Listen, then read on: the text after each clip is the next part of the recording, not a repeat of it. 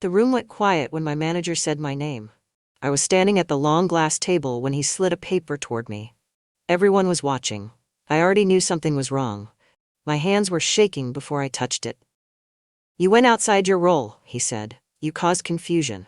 I tried to speak, but my voice stuck. All I had done was report a mistake in the payment system. A big one. Money was missing. Real money. Instead of thanks, I was being demoted. Right there. In front of everyone. My title was gone. My pay was cut. The paper said it was effective immediately. My chest burned as I read it. I felt small. I felt stupid. I felt like I had imagined the whole problem. I looked around the room.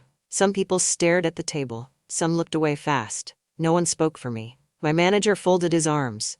This is what happens when you don't stay in your lane. I wanted to scream. I wanted to cry. But I nodded because that was all I could do. As I walked out, I knew one thing clearly. The mistake was real. And now I was being punished for telling the truth. I packed my desk while the office buzzed like nothing had happened. My new role was printed in the system already.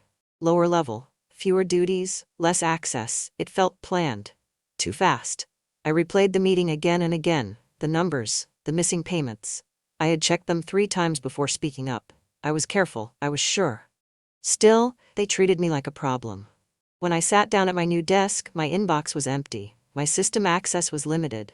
Files I used daily were locked. That hurt more than the demotion. It meant they didn't want me looking anymore.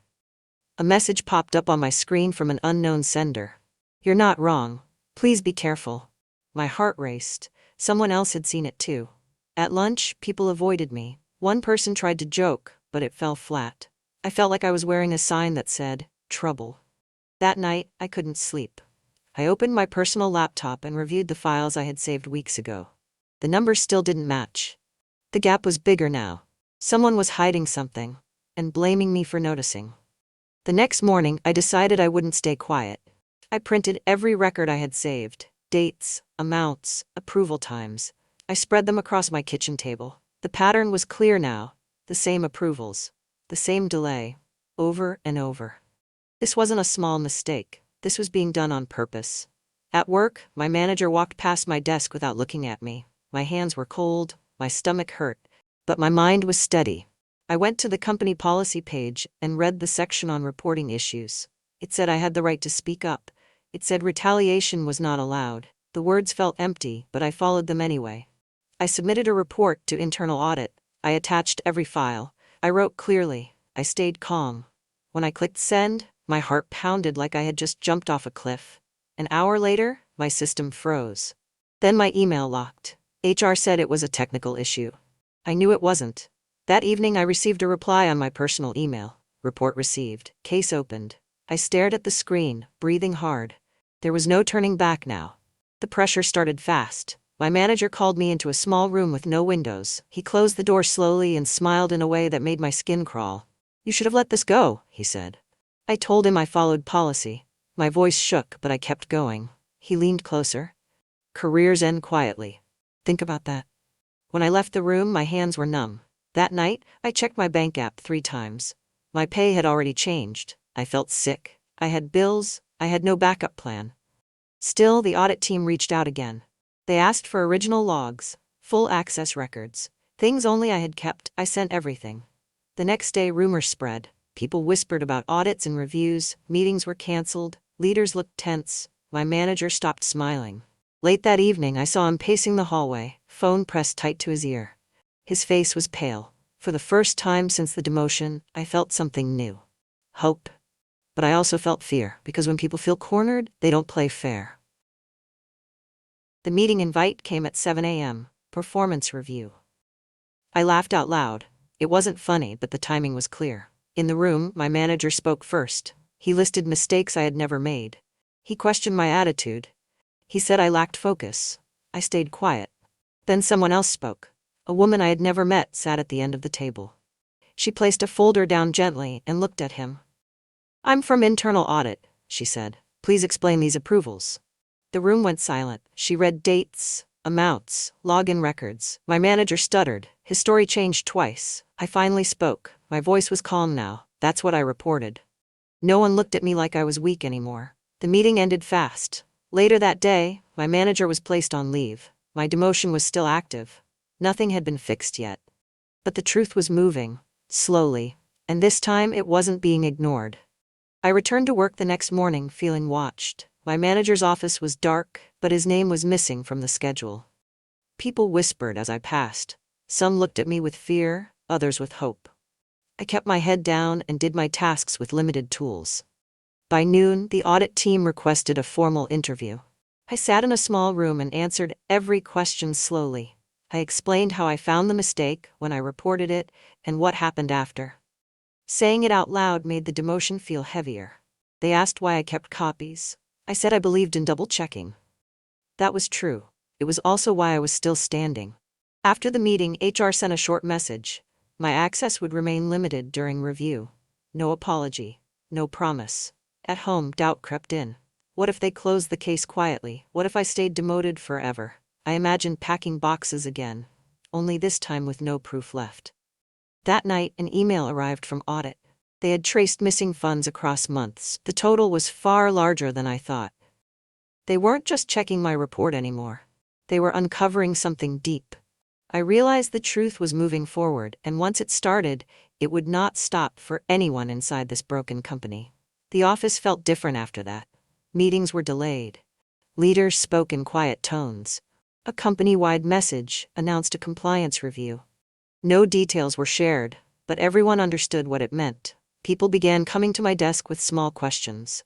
They asked about reports, dates, and systems. Weeks ago, they avoided me. Now they watched me carefully. Audit asked for another meeting. This time, 2 people joined. They showed me charts and timelines. The missing money formed a clear trail. Each step led back to the same approval path. My stomach tightened as I saw it. This was bigger than one person. It was organized. Later, HR called me in. They asked about the demotion process. Who signed what? When it happened? I answered honestly, even when my voice shook. They thanked me for cooperating. That night, I sat alone, staring at the ceiling. I wanted justice, but I didn't want revenge. I just wanted the truth known. My phone buzzed near midnight. Audit had frozen several accounts. The story was no longer about me. It was about the company's survival. And with every frozen account, the pressure grew, pulling hidden lies into light, forcing leaders to choose between honesty and collapse, while employees waited, silent, afraid, and aware that nothing would ever feel safe again after this moment. By the next week, the tension was heavy. Security badges were checked twice, closed doors stayed closed. I worked quietly, documenting everything I touched. Audit asked me to walk them through the system live. As I logged in, my hands trembled. I showed how entries should flow, then where they changed. The shift was subtle but clear. They nodded, they recorded, they asked sharp questions. During the review, I noticed something new. A secondary account was approving changes after hours. That account did not belong to my manager. I pointed it out. The room went still. Audit paused the session. They stepped outside. When they returned, their faces were tight. They thanked me and ended the meeting early. Later that day, another leader was placed on leave. No announcement followed. The silence was loud. I felt both relief and fear. Each truth revealed made the story wider. More people were involved. More damage existed. That evening, I received a message from a coworker. They apologized for doubting me. Others followed. The truth was spreading faster now. I wondered how far it would go before it finally reached the top. I sensed the end was approaching. Yet the cost of reaching it would be higher than I imagined for everyone involved, including those who stayed silent when it mattered most before. The call from audit came early the next morning. They asked me to attend a leadership review session. I knew this was serious now. In the room sat executives I had only seen in company emails. Their faces were tired. Papers covered the table. They asked me to explain everything again, from the first warning sign to the demotion. I spoke slowly, careful not to guess or accuse. Facts were enough. One executive asked why I stayed after being demoted. I answered honestly. I said I believed the company could be better. That answer changed the tone. They told me the audit confirmed widespread misuse. Controls were ignored. Reports were altered. Money was moved to hide losses. My manager was no longer the focus. The issue reached higher. The room felt heavy as decisions were made. Outside, the office buzzed with fear. After the meeting, I returned to my desk. For the first time, my access was restored. A message waited in my inbox. My demotion was under review. It wasn't an apology, but it was the first sign that the truth was winning. I felt exhausted, hopeful, and scared, knowing the final outcome would reshape my future inside those walls forever, no matter who stood exposed when the full report was released to the public and staff alike everywhere. The waiting was the hardest part. Days passed with no updates. I worked, went home, and waited. Every email made my heart jump. Then the audit summary was released to leadership. I wasn't allowed to see it, but reactions told the story. Faces were pale, voices were low. That afternoon, HR called me again. This time, they asked me to bring someone for support if I wished. That alone said everything. In the room, they admitted my demotion violated policy. It was labeled retaliation. Hearing that word felt unreal. They told me my role would be restored, my pay would be corrected, a formal apology would be placed on record. I nodded, but I didn't smile, because the real cost wasn't money or title. It was trust. When I left the room, coworkers looked at me differently. Some with respect, some with regret. The audit wasn't done yet. More findings were coming. Leaders were stepping down quietly. As I sat at my desk, fully restored, I realized something clear. Telling the truth nearly broke me. But staying silent would have destroyed everything. I understood then that courage is not loud, but steady, and it demands a price few are ready to pay. Yet it builds a future worth standing in, even after the damage fades for years to come afterward. I thought things would calm down after the decision, but the pressure only grew heavier. Leaders walked past my desk like ghosts. Meetings filled the calendar again, yet no one spoke freely. Every choice felt watched. Every email felt permanent. The company was changing, and fear sat quietly between every sentence spoken that day onward.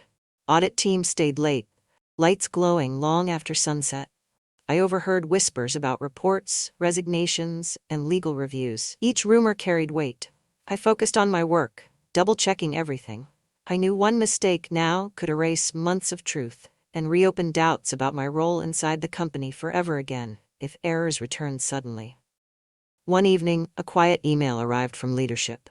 It thanked employees for patience and promised transparency. The words felt careful, almost afraid. I sensed they were preparing the ground. When organizations apologize early, it means the damage behind closed doors is far worse than anyone expects, and consequences will soon surface publicly across the company. I left work late that night, unsure of my future. The win felt fragile. Truth had power, but it also created enemies. As I drove home, I wondered how many people would fall before this ended, and whether standing up had already marked me forever in this industry for years to come, after everything changed. The next morning, security guards stood near the main offices. Their presence sent a clear message. Something serious was unfolding. Employees whispered in hallways, their voices low, eyes alert. I sat at my desk and felt the weight of every look, knowing my report had started this storm inside these walls. Audit called me again, this time to confirm timelines. I walked them through dates, messages, and approvals. They thanked me without emotion. Professionals rarely react, but I saw it in their notes. The case was growing faster than expected, branching into areas I never touched directly before. By midday, another leader was removed quietly. No announcement. Just an empty office and a locked door. Fear spread faster than emails. People cleaned their desks early, afraid today might be their last. A coworker finally spoke to me honestly. They said many noticed the problem months ago but stayed silent. They were scared. I understood them, but it still hurt. Silence protects problems. Speaking up invites pain. That night, I reviewed my own choices. Reporting the mistake cost me sleep, comfort, and safety. But staying quiet would have cost me something deeper. As the truth widened, I realized courage is lonely at first, but lies demand crowds to survive, and those crowds always break apart when light appears unexpectedly. The audit reached outside teams by the end of the week. Outside reviewers joined meetings. Their questions were sharper and less forgiving. Nothing was assumed. Everything required proof. I watched leaders struggle to explain choices that once felt invisible and safe inside familiar routines. I was asked to provide a written statement. This time, it was formal. Legal language wrapped every sentence. I chose my words carefully, sticking to facts and actions only. Emotion had no place there, even though my chest felt tight the entire time. As reviews expanded, daily work slowed, projects paused, deadlines shifted. The company felt frozen, caught between what it was and what it might become. Some people resented me openly now. I could see it in their eyes. They blamed the storm, not the leak. HR updated my file again. The demotion was officially listed as under investigation. That mattered more than it sounded. It meant the company accepted that something had gone wrong beyond accounting numbers. At home, I barely spoke. Friends noticed the strain, but I avoided details. I didn't want sympathy. I wanted resolution. Late one evening, a message arrived confirming policy violations at multiple levels. Reading it, I felt no joy, only relief. The truth was no longer fragile. It had structure. And once truth gains structure, it becomes impossible to collapse without tearing everything else down with it entirely. The formal findings were shared with leadership early the next week. I wasn't present, but the results showed everywhere. Voices dropped, people avoided eye contact. The building felt heavy, like it was holding its breath. That afternoon, I was invited into a private meeting with HR and compliance. They confirmed what I already knew. My demotion violated company policy. It was recorded as retaliation. Hearing it said aloud felt strange. Validation came late, but it still mattered. They explained next steps slowly. Corrections would be made. Records would be updated. Training would follow. None of it sounded dramatic, yet every word carried weight. Systems were changing because one person spoke when it was uncomfortable. When I returned to my desk, access to my old systems was fully restored. The screen looked familiar again. I sat quietly, hands resting on the keyboard, breathing steady for the first time in weeks. Some coworkers nodded at me now. Others stayed distant. I didn't blame them.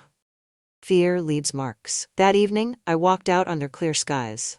The worst part was over, but the story wasn't finished. Accountability still had to land. Consequences still had to arrive. I understood something then.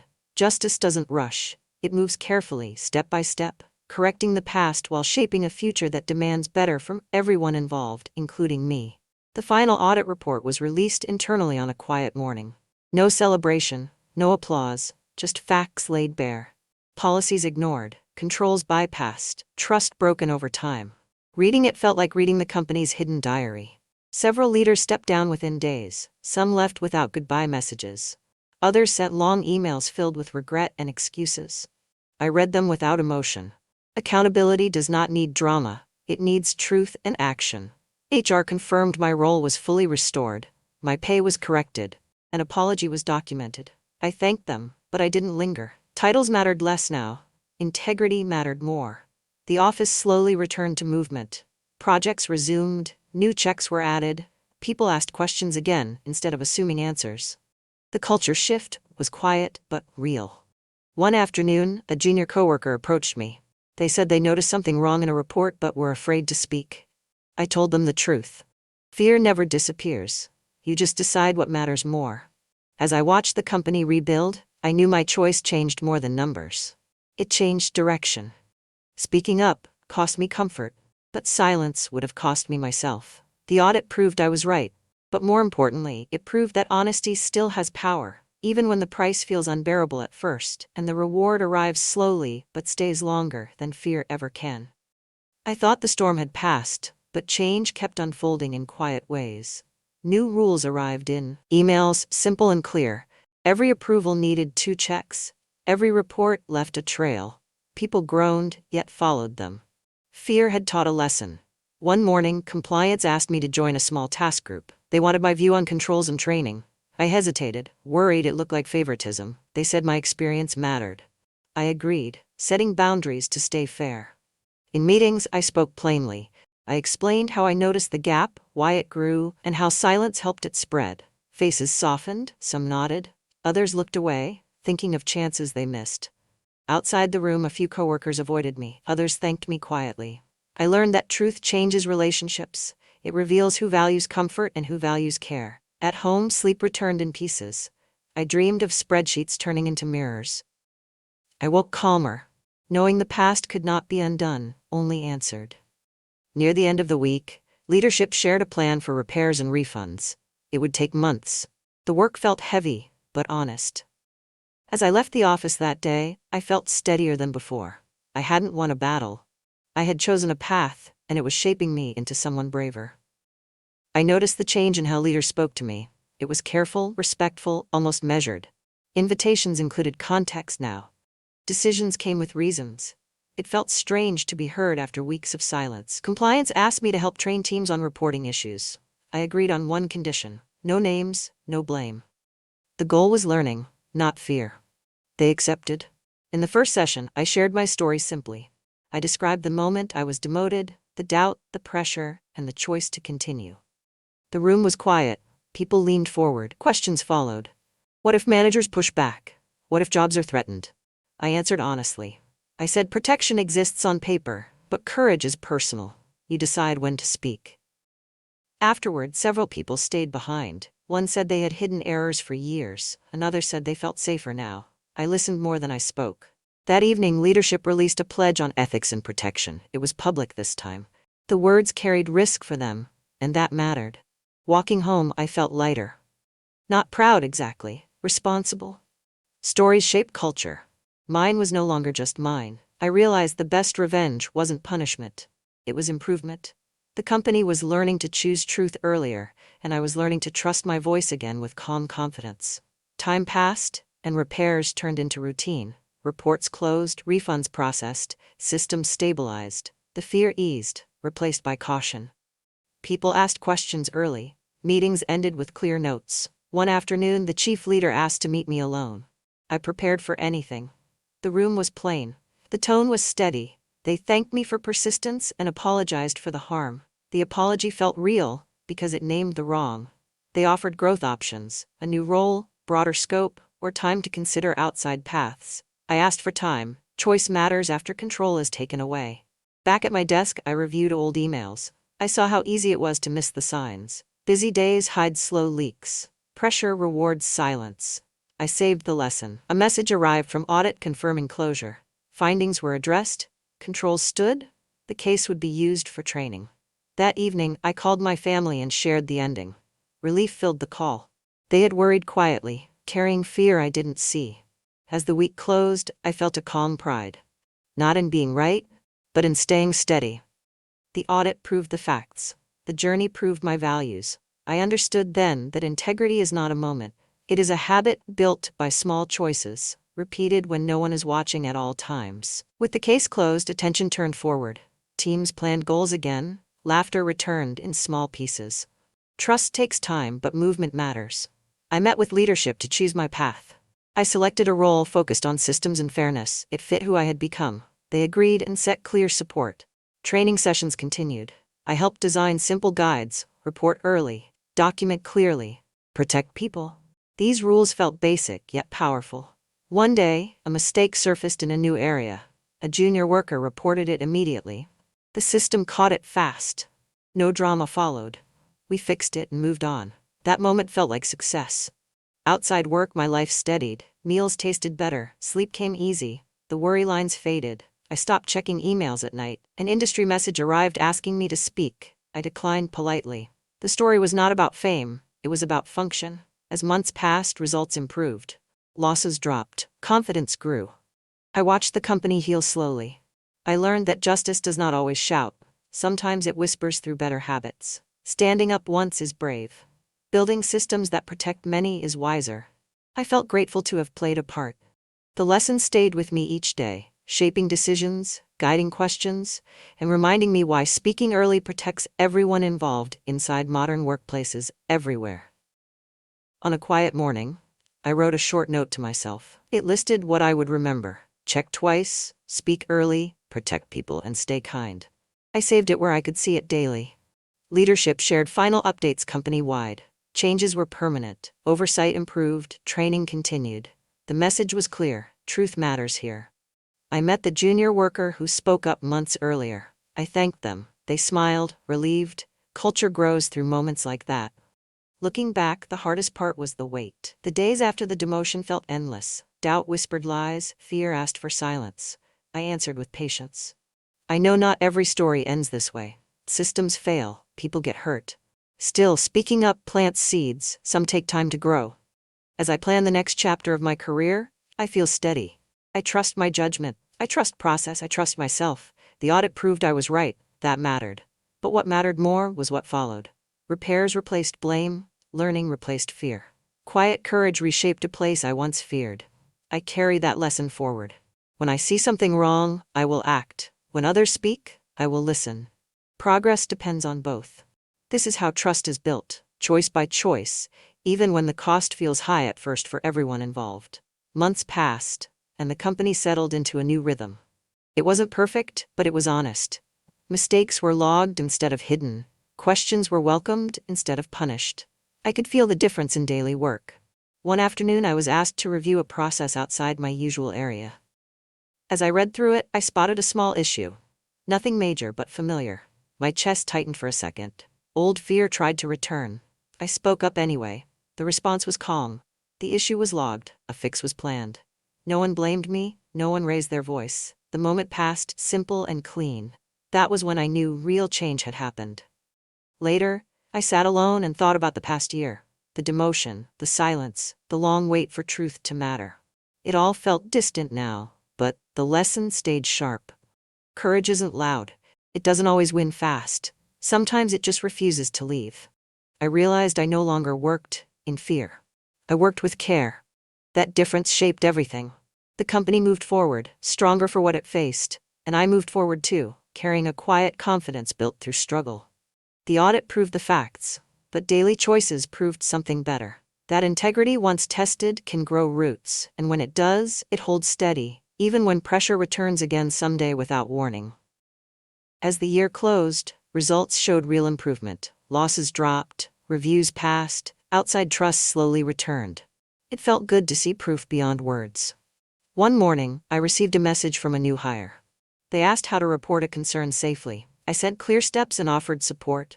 They thanked me and said it helped them feel less afraid. That message stayed with me all day. At work, people now shared ideas freely. Meetings ended with questions instead of silence. Leaders explained decisions instead of hiding them. Small habits made big change. I remembered how alone I felt at the start, how small I felt in that room. It reminded me why systems matter more than promises. Later that week, compliance asked me to review training materials one last time. I suggested simple language and real examples.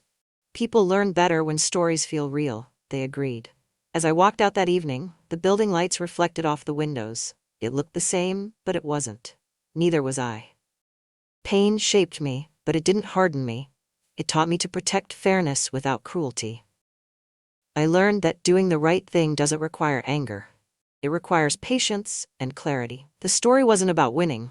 It was about building something that lasts longer than fear. I was invited to speak at an internal forum about ethics and reporting. I hesitated but accepted. Not for recognition but to close the loop. I told the story simply. I shared how it felt to be demoted, how doubt crept in, how support came late but still mattered. I didn't accuse, I didn't blame, I explained. The room stayed quiet. When I finished, people clapped softly, not loudly, honestly. Afterward, several employees thanked me. One said they felt seen. Another said they finally trusted the system. Those words mattered more than any title. Later, leadership asked if I wanted to move into a permanent oversight role. I considered it carefully. Growth should match purpose. I accepted with conditions. Independence, clear process, protection for others. They agreed. That night, I reflected on how close I came to walking away, how silence almost won, how truth moved slowly but firmly. I understood something important. Standing up once is hard, standing up again is easier. Standing up for others becomes natural. The audit proved I was right. But the future proved something stronger. That one honest voice can reshape many quiet ones. And when fairness becomes habit, it no longer needs heroes. It simply works. I went to sleep grateful, not proud. Grateful that I didn't give up when it hurt most. Time continued forward, steady and calm. The crisis became history. New employees learned about it during training, not gossip. The story turned into guidance. I watched others speak up now, early and clearly. Each time I felt a quiet satisfaction. Not because I started it, but because it continued. One day, a coworker asked if I would do it again. If I would still report the mistake knowing what it cost me. I answered without thinking, yes, because silence would have cost me more. It would have taken my sleep, my trust in myself, and my sense of right and wrong. I would have carried that weight forever. Work should not demand that price.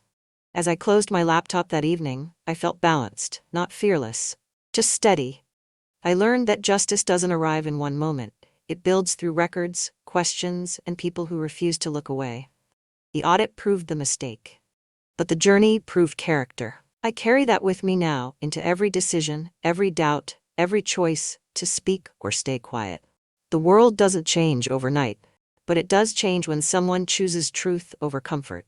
That choice changed my life, and it changed a company. And maybe, in small ways, it will change others who hear this story and decide to speak when it matters most. Looking back, the demotion no longer defines me. It was a moment, not the meaning. What matters is what followed and what I chose to do with it. I learned to trust my work. I learned to trust my voice. I learned that fairness needs patience and structure, not anger. The audit proved I was right, but being right was never the goal. The goal was to protect what matters. People. Trust, truth. I still work hard. I still double-check. I still feel nervous sometimes. Courage does not erase fear. It walks with it. When I see new employees hesitate, I remind them that questions are not threats, they are tools. When leaders listen, systems improve. This story ends quietly. No applause, no headlines, just better habits and safer choices. That is enough. If you ever face a moment like mine, remember this. Speaking up may hurt first, it may cost you comfort, but silence costs something deeper. The audit will come eventually. It always does. Numbers don't lie forever. When it does, let it find you honest. That is how trust survives. That is how change begins. I was demoted after reporting a mistake. Then the audit proved I was right. But more importantly, it proved that integrity still has a place, even when the risk feels too high, and the path forward looks uncertain and lonely at the start for anyone brave enough to choose truth anyway.